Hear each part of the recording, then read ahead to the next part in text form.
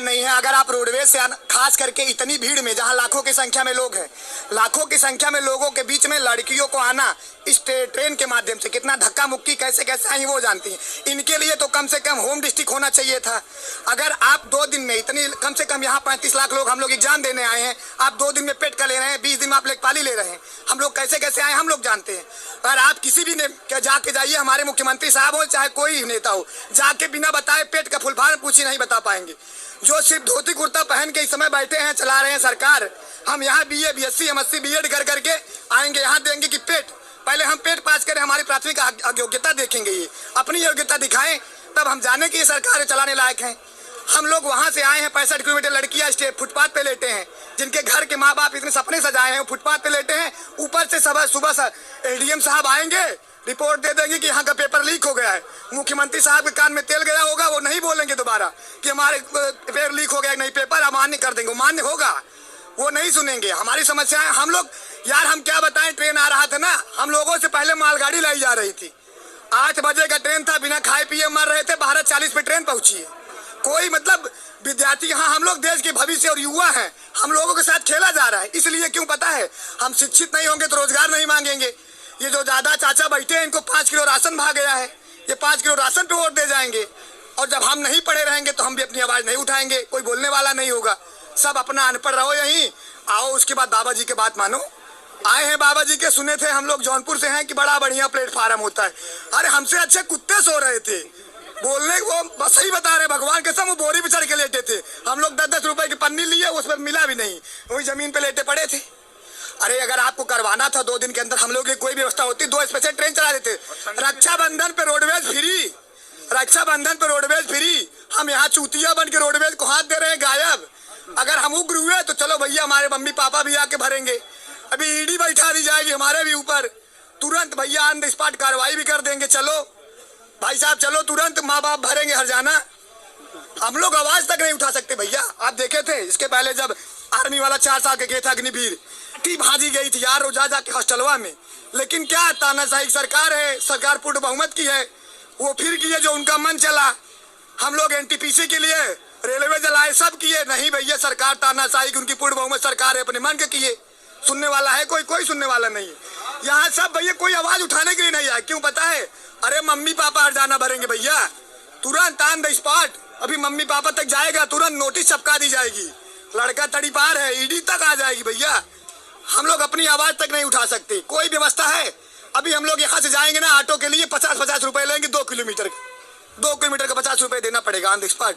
अरे मैं तो हमारे मुख्यमंत्री जी से थी, जब एग्जाम था उसके पहले उनको थोड़ा सा संज्ञान लेना चाहिए था इस बारे में कि लड़के आएंगे, ढेर सारे लड़के। मुख्यमंत्री साहब को संज्ञान लेना चाहिए था कि 1-2 स्पेशल ट्रेन, 1-2 जो रोडवेज रोक नहीं रही भाई, कम से कम ये सब व्यवस्थाएं कर देनी चाहिए थी। हम लोग यहाँ, हम लोग की उसकी दिक्कत नहीं है, लेकिन ना रोडवेज रोक रही है, बहन बेटी धक्के मुक्के लात घूसे खा खा के आई हैं।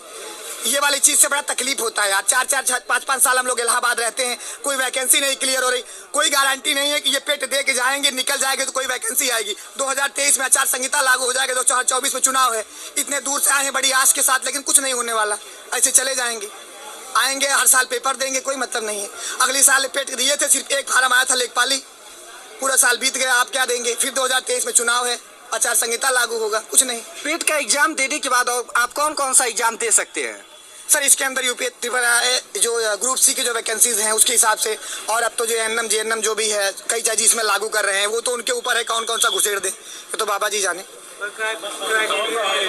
कोई क्राइटेरिया नहीं है अभी? कहाँ कोई बैक्टीरिया नहीं है अभी, तो बस बोले हैं कि ग्रुप C के वाला जो आएगा उसके अंतर्गत आएगा, ग्रुप D भी भिड़ा देंगे, फिर बढ़िया वैकेंसी आएगी 35-40 हज़ार जो होगा, उसमें पहले जो लोगों को छांटना होगा तो कर देंगे।